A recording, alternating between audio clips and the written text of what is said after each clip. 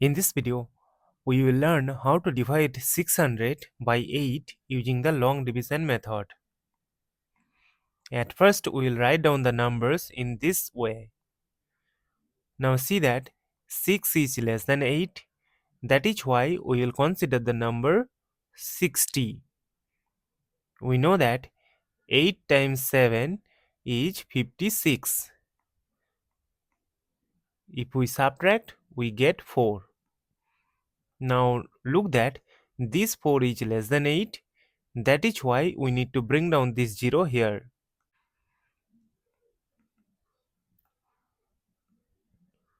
And we know that 8 times 5 is equal to 40. Subtract, we get a 0. As we get the remainder 0, so we will stop. Therefore, 600 divided by 8 is equal to 75. And this is our final answer.